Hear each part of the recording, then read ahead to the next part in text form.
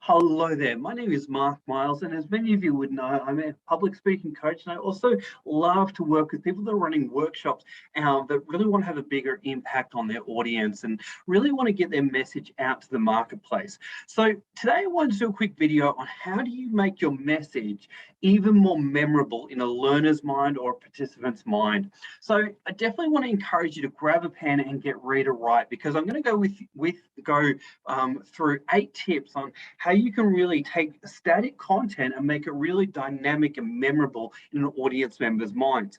So first distinction I want to create, though, before we go into that, is ultimately your quality of teaching or quality of delivery. It doesn't come back to how much information you get through, but how much information actually gets through to your audience. Okay, it's a fundamental distinction that people need to get.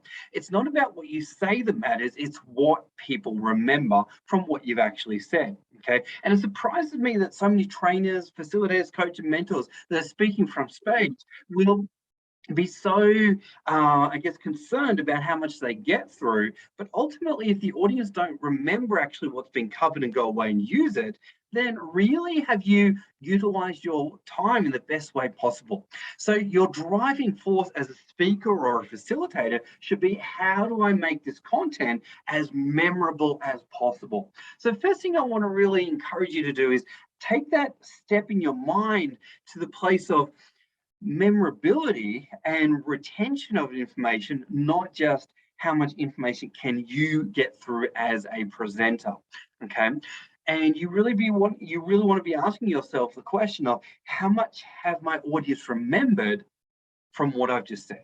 Okay, it's going to make a massive shift in how you show up in front of an audience. All right, and the 8 points that I'm about to go through will make a lot of sense. Okay, so first thing I want to encourage you to do if you're looking to be more memorable is to do the following. Number one, repeat things. To do what, please? Repeat things. To do what, please? Repeat things. Okay, because science and neuroscience and all of that shows us that people have to hear things multiple times and multiple different ways in order to actually retain the information. Okay, so saying it once probably is not going to be enough. And statistics have shown us that people generally need to hear something a minimum of 19 times, 19 times before they actually have a chance of it going into the unconscious mind and people going away and actually using what we've taught them. All right, so we want to regularly repeat things to repeat things. We want to repeat things. Okay, and you want to be as creative as you can in how you get people to hear the information. Okay,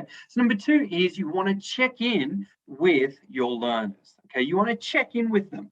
You want to check in with your learners. All right, so what does that sound like? Well, let's imagine you've just taught them a magical concept. All right, let's go with the example of teaching CPR. It's an example that's often used, but let's imagine that you are teaching CPR. So it would sound like, okay, great. So as we all know, it's 30 compressions to 2 breaths. 30 compressions to 2 breaths. So Mary, how many breaths was it? Excellent. And Tom over here, how many compressions was it? Fantastic. So CPR, how many compressions was it, everyone? And how many breaths was it? Excellent. All right. Now, although that sounds exaggerated, all we are doing is teaching something, and then we want to create questions that we're going to ask the audience or the learners on something that we've just taught them. Okay, so we want to reactivate that knowledge as quick as we can, as regularly as we can, and be asking questions throughout your workshop or your training session. Number three is very similar to number two, but number three is recap regularly. Recap the information as often as you can. So, for example, you've just shown slide number one. You just show slide number two, slide number three. Slide number four is a recap on slide number one, two, and three.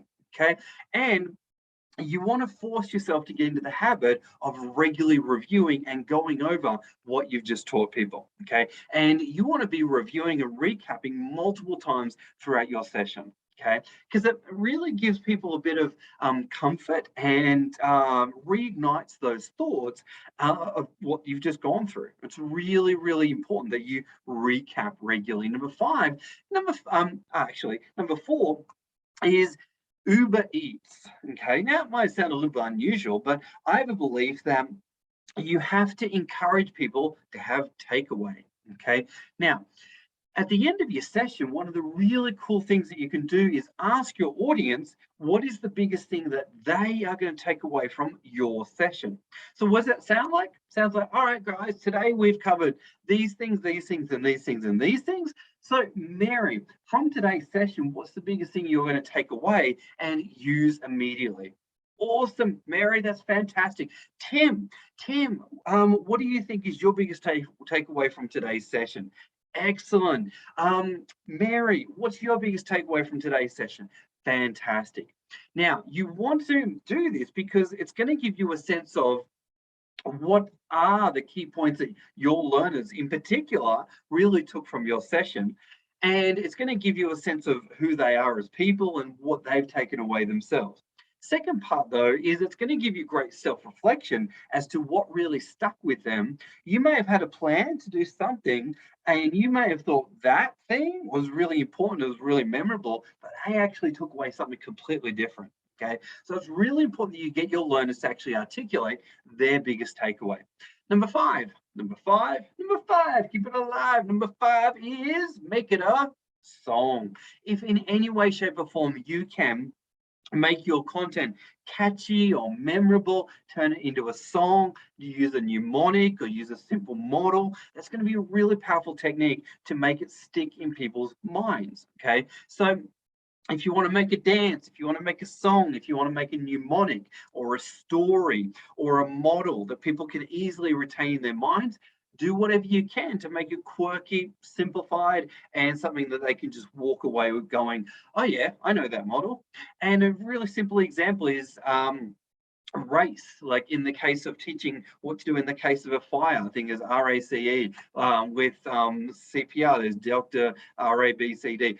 You know, don't quote me on that. But the model I use when I'm teaching people to be presenters or trainers is rapport, engagement, retention, rapport, engagement, retention, rapport, engagement, retention. Okay, and I unpack that in other videos. But ultimately, that simple model allows me to help people really focus on the three key points there and walk away with a simple model that they can apply instantly. Okay, so number six is create chunks of information.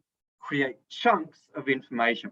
What I mean by that is if you're going to teach 12 things, for example, the other day I was coaching a presenter and she was actually teaching the 12 systems of the body.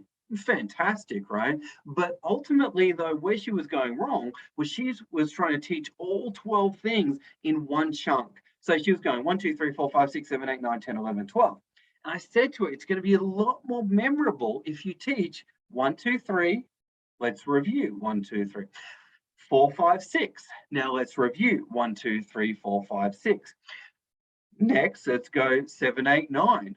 7, 8, 9. 1, 2, 3, 4, 5, 6, 7, 8, 9. Then go 10, 11, 12. 10, 11, 12. 10, 11, 12.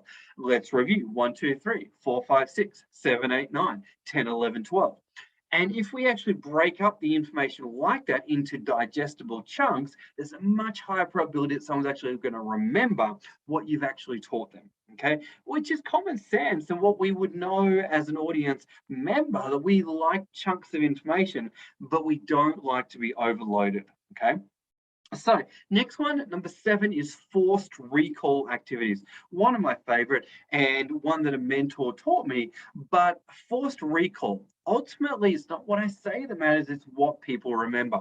So if you can create opportunities where you actually say, okay, up till now, we've spent about 20 minutes, we've talked about these things, these things, these things, and these things. I want you to close your book for me. Fresh piece of paper.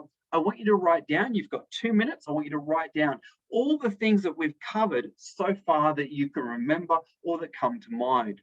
And you literally get your audience members to write down for 2 minutes all the things that they've remembered from your session up till that point.